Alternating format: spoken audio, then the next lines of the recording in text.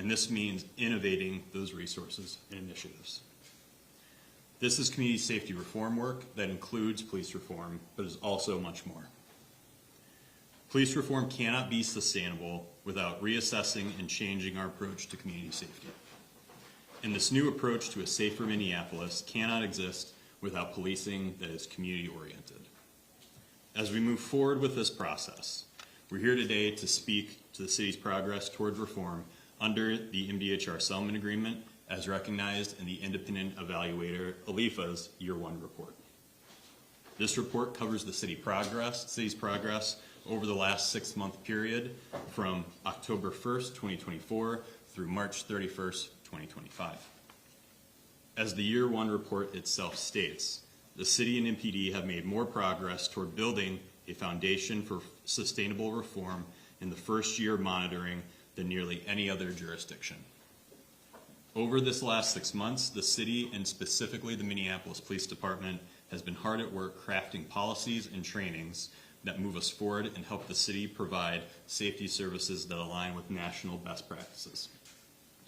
And even includes MPD training unit creating an annual training plan that ELEFA has recognized as a model for law enforcement agencies. We are incredibly proud of our leaders and staff for what they've accomplished this last year. Their effort has set the city up for success for creating lasting change. What was encouraging about this last year is that it was the city organization broadly working together to move large projects forward. Our property services and MPD teams have done a great job in creating a collaborative process for MPD facility improvements. IT, MPD, civil rights, and other departments have been working hard to plan large-scale technology upgrades that will have positive impacts for officers, civilian staff, and community members. And MPD and communications are working together on improving communications and notifications protocols during and after complex incidents. That is how the city is going to be successful, by tackling this work together and maximizing the city's resources to take on these changes. And make no mistake, while we have made significant progress, as recognized in the report, we still have much to accomplish and still have trust to build with our communities. The city remains committed to achieving results for our officers, civilian employees, and Minneapolis communities, and doing so quickly, but making sure that the changes we make are both successful and enduring. We know that creating policy, training, systems, and performance improvements will take time, continued focus, and investment. Minneapolis will continue to forge ahead expeditiously with purpose to tackle these significant reforms under the settlement agreement, and we, together with our partners and communities, look forward to progressing ahead to meet these challenges. I'll now turn it over to Chief O'Hara. Good morning. First, I wanted to take a moment to acknowledge just the incredible work that's been done by the very, very dedicated men and women of the Minneapolis Police Department. I think despite the trauma and all the challenges that both our residents and the members of the department have been through over the last few years, I'm just incredibly grateful to our members for being resilient and for continuing to show up and do a great job for the people of this town.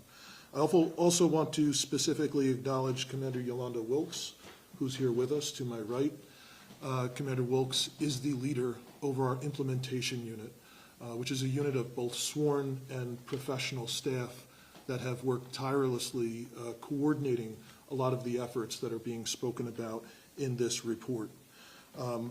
Their work is often behind the scenes, but it is essential, and I need to acknowledge it, so thank you.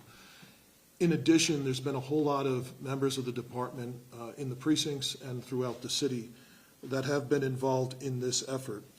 They have participated in focus groups, they've helped revise policies, and otherwise contributed in meaningful ways.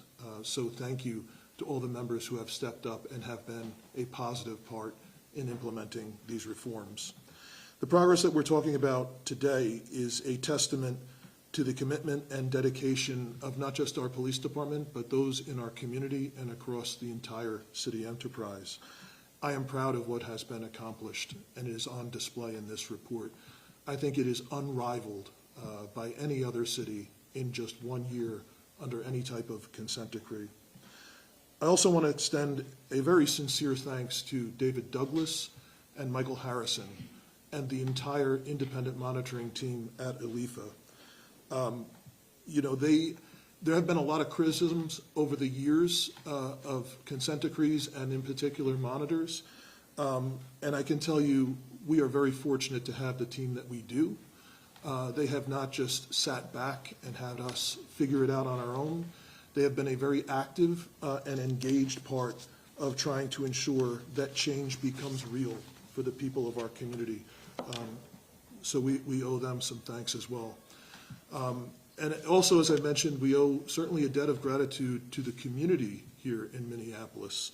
I think across the country, it's very common to have members of the community be engaged initially, come to a few initial meetings, and then have that sort of wane over time. That's not been the case here. In Minneapolis, our community continues to show up.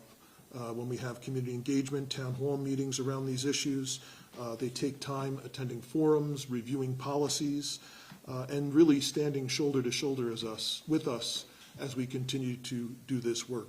So we are grateful for them.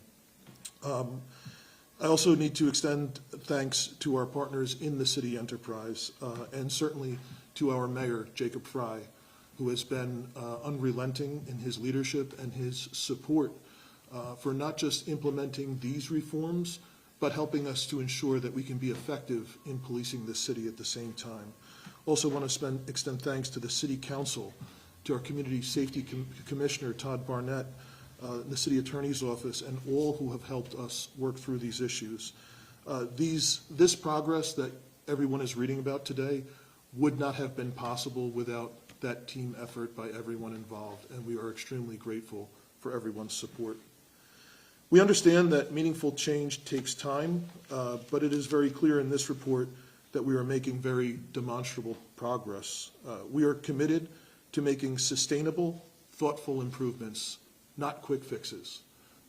So whereas in some cases, things have been completed as initially planned, in others, it's going to take a little bit more time, and that's okay, because everyone involved in this process is going to ensure that we are going to get it right and not just get things done fast.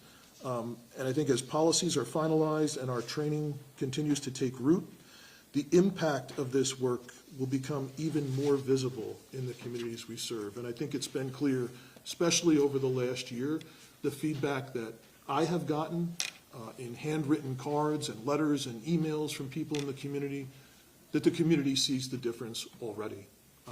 That the people of this police department, of this city, the community, we are all working together to try and make change real and lasting for everyone. So despite the challenges that we have, which are still very real, I am encouraged, I am very grateful to everyone that's been involved, and I'm optimistic for what the future holds for this city and our police department. So thank you. Turn it over now to Director Phillips. Good morning, and thank you all for being here. My name is Michelle Phillips, and I am the director of the Minneapolis Civil Rights Department. I'd like to reinforce what my colleagues have said. This work is a priority not only for our department, but for our city. I've been here in Minneapolis for less than a year. In that time, I have focused on strengthening partnerships with the team within the city, as well as others who support and value the work of implementation of police reform. To that end, one of the important highlights of this recent report is the Office of Police Conduct Reviews, now fully staffed for the first time in approximately 10 years. This office's primary function is to provide meaningful, neutral oversight of the Minneapolis Police Department through impartial investigations of allegations of police misconduct, and also through research studies and policy reviews and recommendations. As you can imagine, it takes very committed individuals and skilled partners to do this work. So it takes time to fill these crucial positions. We must do it with intentionality and make sure that we get the right people at the right times to execute the work.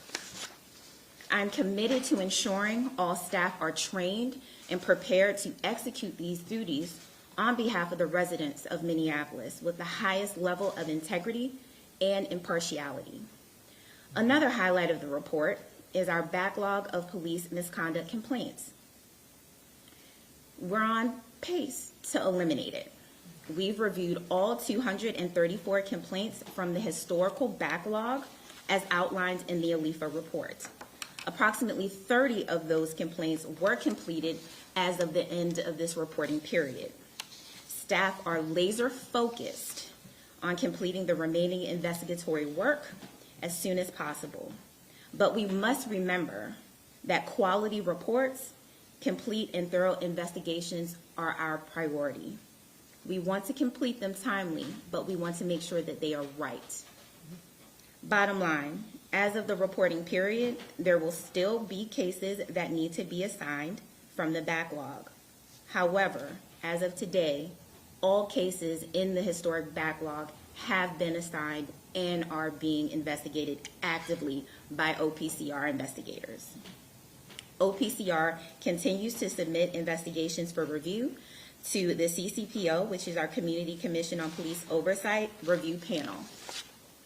I acknowledge that there has been some historic challenges and struggles with supporting the CCPO. Since I began in July of 2024, I've focused on providing the appropriate CCPO support to ensure that that body is successful. For example, the review panels, which include CCPO members, reviewed 19 cases in all of 2024. The review panel has reviewed 31 cases year to date. We are not where we want to be, but we are surely not where we were. At the beginning of the year, the city launched a targeted recruitment strategy and campaign to fill vacant seats for the CCPO. The CCPO should include a wide range of individuals that have opinions and perspectives and lived experiences that will help to inform police reform and our work. The City Council and Mayor Fry have approved an ordinance amendment adding capacity for the CCPO to ensure that we get through the backlog timely with community review. This group has really transformed over the last year and during this reporting period to focus on its mission, which is oversight of police misconduct cases through review panels and their ability to provide intentional policy recommendations. Moving forward, it will focus on more intentional engagement in community, which is one of the bedrocks of this work. We encourage all of our community members to continue to volunteer, to provide input, to support, and feedback to all of our work. It is imperative that we listen to our members of the community. As colleagues have said, they were a part of this very early on and continue to work with us as we implement our reform efforts. Their voices are heard and help to shape the direction of the city's work. We continue to work with them as the people's investigators. The residents' powerful voices should be at the forefront of what we do. I am proud of how far the Office of Police Conduct Review has come and look forward to continuing to cultivate this team as we implement positive reform efforts and sustainability throughout these times. Back to our Deputy Commissioner Jeffries to take your questions. Hand it over to Brian, who'll call on you individually here. I have a question for the chief. There were several portions of the report that seem to highlight continued resistance and skepticism from officers in the department, from rank and file officers. What's your plan to address those concerns?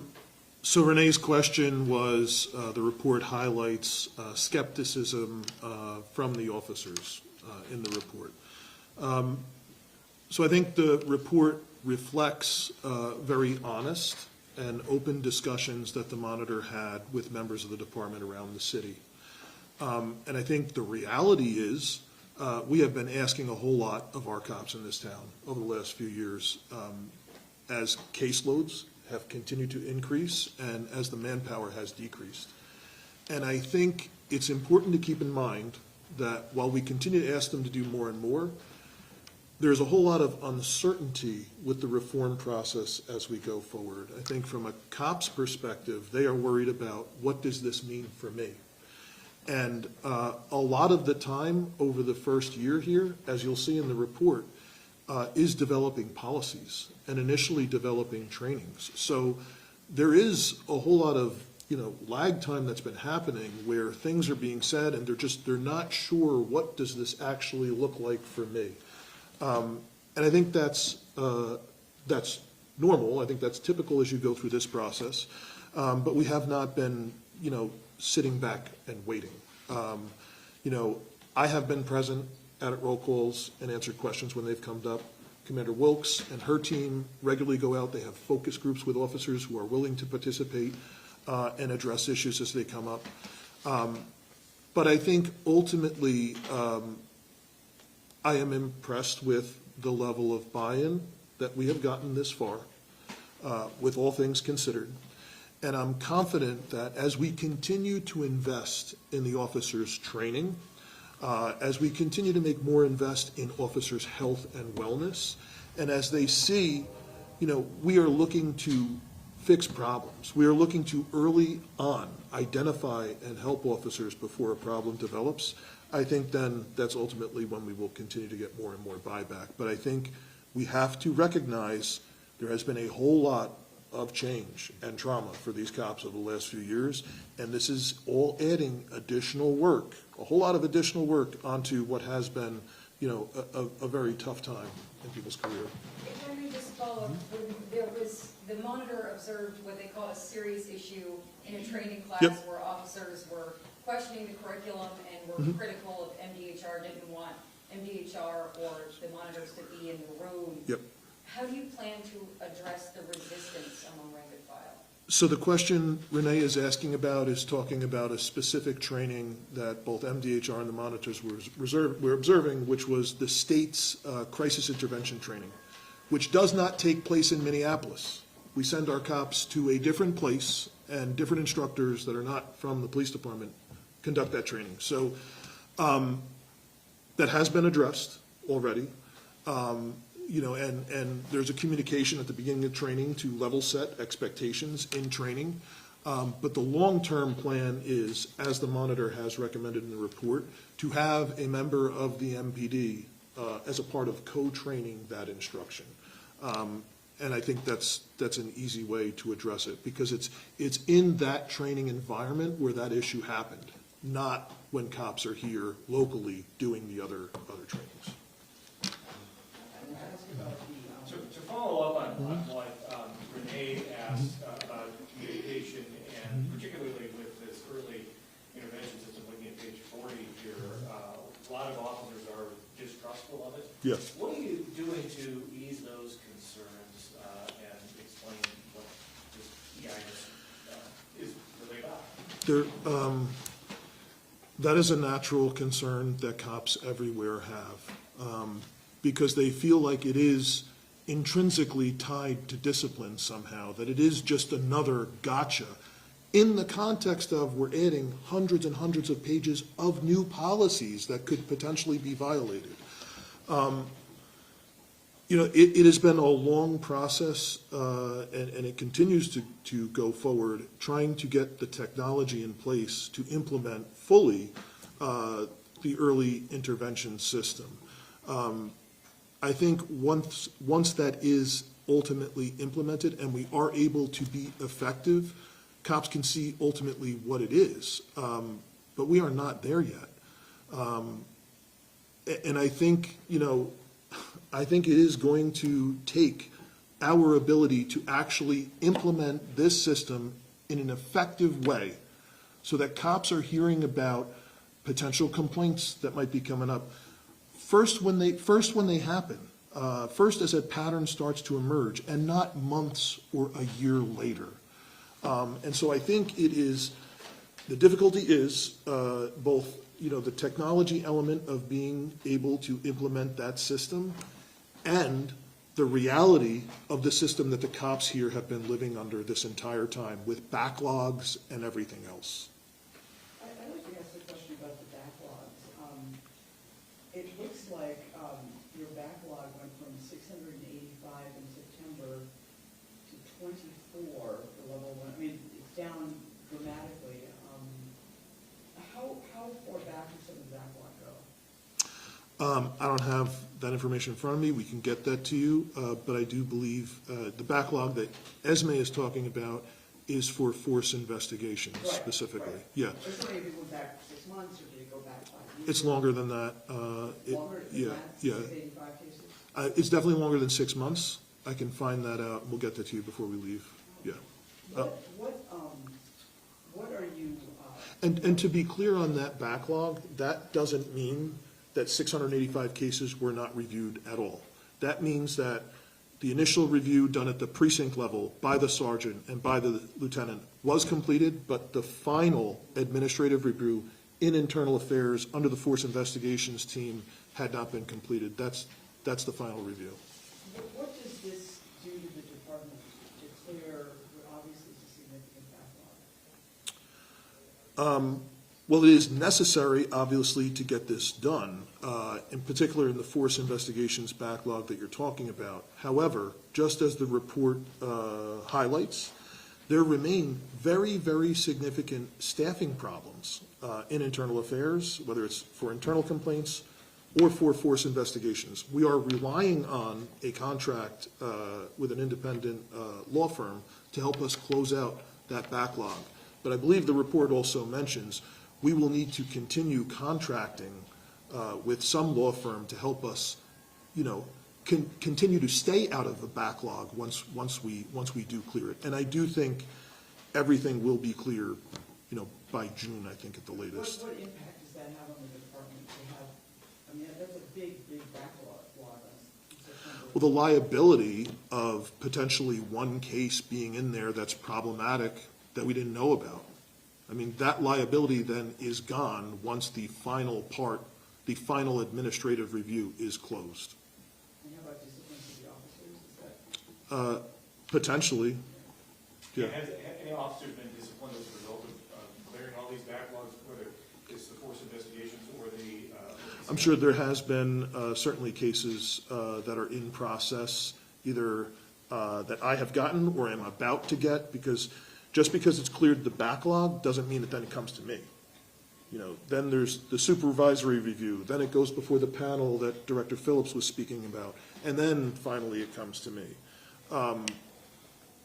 So I think there's been a lot of cases recently that have been closed out and that are coming to me even this week. But yeah, I can't offhand say any specific numbers, if that's what you're asking. What are you most pleased with in this report, and what are you most disappointed in that you'll have to work on the most? I think it's a fair report. I am most pleased that it is a fair report. It is not, I don't think, an argument one way or the other. I think it is a very fair report, and it is accurately reflecting the reality that we're in. And I think the reality that we're in, and what I am most proud of, is it's very clear this police department has done more in 1 year, I would argue, than any other police department in the first year of a consent decree. In my experience, I can't think of any other one that's gotten this much done. First year is very, very hard, and I think there's a number of reasons why that has happened, but the main reason being all of the major players involved, especially the monitor, have been committed to actually getting things done. Chief, there's a couple differences in there, a couple mentions in there of the difference between the anticipated things in the federal consent decree, such as the big scheduling change. Are you still operating as if that is going to go into effect, the federal one? Yes. And let's say that it's not. What about those differences? Are they just not going to happen, or are some of them going to be applied still? The mayor's been very clear, I believe, that we will be implementing the terms of the draft federal consent decree one way or the other. So. As a city, we are preparing to move forward with all those terms in the consent decree. Do you recall where the quote is saying that Minneapolis did a better job than any other cities involved? The one I read, so the question was, where is the quote? In the report? Yep, that is in the executive summary. Yep. Chief, question. You've mentioned obviously a lot of things that are still being worked on, a lot of the stuff is, kind of internal stuff, but then you also said you received some cards and emails from people in the community. What would you say that people in the community are seeing that's different? I mean, obviously, you know what's going on internally, but Yeah. they don't. So what are they seeing? People from the community have repeatedly, over and over again, have expressed that they've seen a difference in the way our officers are performing. They see that our officers do care.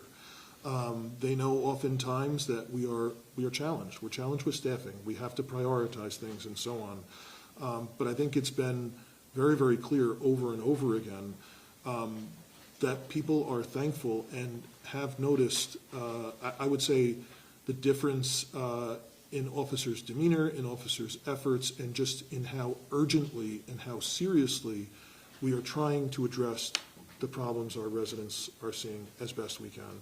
So is there a morale shift then within the department since the increased staff and some of the changes? But you also at the same time mentioned, you know, Renee brought up the fact that they're still uncertain about the future. So what's going on with that? I don't know if I could say that there's a morale shift due to a consent decree. Right. I don't think that would be a truthful statement anywhere.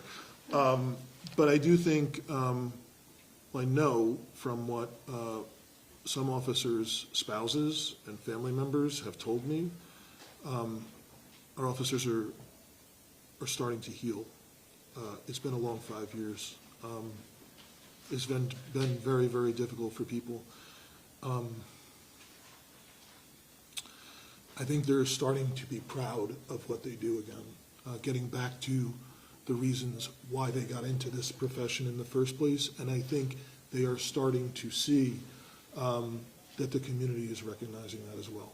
And I'll just say, huge just shout out to Chief O'Hare and his team, because they're really the ones helping to guide this through. And throughout Chief O'Hara's tenure, he has promoted culture of health, wellness, and just really performance based on community standards as well. So just tremendous credit to Chief and his team. What part of the report disappointed you the most, or feel that we need to work on the most? I was aware of, so Esme's question, I'm sorry, is what disappointed me the most in the report? Again, I thought it was fair. I have been very engaged myself in this process. I've implemented a lot of what we do with compliance checks, and kind of weaved it into our weekly crime meeting. I've made it clear to our command staff that this work is important to me, not because we're being forced to do it, because I believe this is the right thing to do for our people and for the community going forward. But, you know, I'm aware of how all of this has developed. I'm not reading anything on here that's new or that I have not experienced before or that is not accurate. I'm aware of the challenges that we've had, and we have worked through it. So now I'm not disappointed, surprised by anything. I think it is an accurate reflection of the reality we've been through. Chief, there's a section like, you know, there's a lot that says it's positive that has been accomplished, but there's also some things that says like has taken significant times at some points to submit policies. Yep. And also, you know, in the section about year 2 goals, has a few sections that are at risk of becoming non-compliant. Yes. Do you have any concerns about achieving those goals? Louis' question was, you know, there's some sections that say things might be at risk for future goals, right? So that's how we measure this stuff weekly. So we hold a meeting weekly internally just to talk about reform throughout the department. And so, again, I think that's an accurate reflection of reality. The report will tell you, if you look carefully through all of it, we have staffing issues. We need to hire more people to do some of these things. There's additional time, you know, constraints and commitments. But I think objectively, you know, we're not the only ones with constraints. You know, MDHR only has a certain number of people that can dedicate at times to reviewing policies, and same thing on the monitoring team. And I think a lot of what's happened, we've seen there's been a huge demand on everybody involved the first year, and at the end, we're trying to jam hundreds of pages of policies all through the same funnel. And I think everyone involved, MDHR, the city, and the monitoring team, has been very committed. It's taken a lot of time, but certainly there's constraints that are not the police department's fault or the city's fault. They're just the reality of constraints that exist in this process. And what would you say to, earlier this year, it was pointed out that there's a number of activist groups that made criticisms of ELEFA being former law enforcement officers, and whether there can be bias or complaints about how things went with their work in New Orleans. What would you say to those people, concerns? I mean, I think having been someone who's been involved with this for a long time and done it in a different city and been around other cities, the major problem with consent decrees is oftentimes is the way monitoring is set up in the first place. It can become a cottage industry. A monitoring team can just sit home and on Zoom once in a while and send the city bills, and that's it. That's not what happens here with this monitoring team. They have been very engaged, and in my opinion, we're fortunate to have them this way. And certainly, I understand everybody has their opinions and so on. I would want people involved with some level of expertise if they're going to come in and be the experts on how things are going to run. And I think we would want a diverse group of people. And I think, yes, that should include, folks who have experience in managing, complaints and things. It also should include folks who have experience running police departments under consent decrees. And I think it's a good thing to have people with experience that other folks don't have, as opposed to just taking someone random. Yeah, what kind of... One more question. And just kind of what kind of backgrounds are these people that are doing this work, if they're law enforcement, also other backgrounds? Yeah, I mean, David Douglas, I believe, was a monitor himself previously. Michael Harrison was a police chief in 2 cities under a consent decree. Arlinda Westbrooks was a civilian head of internal affairs. There's several others have experience either in a police department or on a monitoring team elsewhere, and others who have experience, very, very specific expertise in certain areas, certain subject areas.